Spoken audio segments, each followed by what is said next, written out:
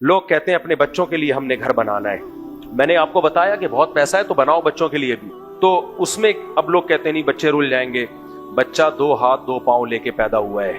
یہاں اللہ پہ توکل کرنا پڑے گا. اگر آپ کی زیادہ گنجائش نہیں ہے تو بچوں کی فکر مت کرو.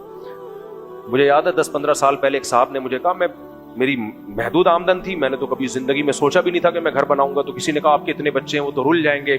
میں نے کہا دیکھو میرے باپ نے بڑی محنت کر کے میرے لیے گھر بنایا تھا.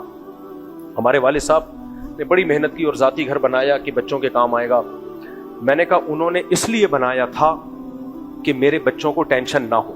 اب اگر میں اپنے بچے ہوتے ہی ٹینشن لینا شروع کر دوں تو میرے باپ نے جو پیسہ خرچ کیا اس کا تو کوئی فائدہ نہ ہوا.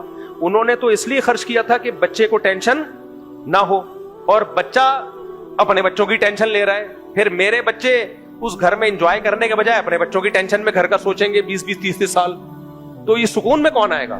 تو میں نے کہا میں اپنے بچوں کے بجائے اپنے باپ کے بچے کا سوچتا ہوں. بہت گہری بات ہے, بہت گہری بات. میں نے کہا میں اپنے بچوں کا اس لیے نہیں سوچ رہا کہ میں اپنے بچوں کا سوچوں گا اس کا مطلب میں اپنے باپ کے بچوں کو بھول گیا ہوں. ارے میرے باپ نے تو اس لیے ٹینشن اٹھائی نا کہ میں ٹینشن فری ہوں, اور ابا کے مرتے ہی میں اپنی اولاد کی ٹینشن لینا شروع کر دوں تو ٹینشن فری کہاں سے ہوا میں؟ تو میرے ابا کا پیسہ تو برباد ہو گیا.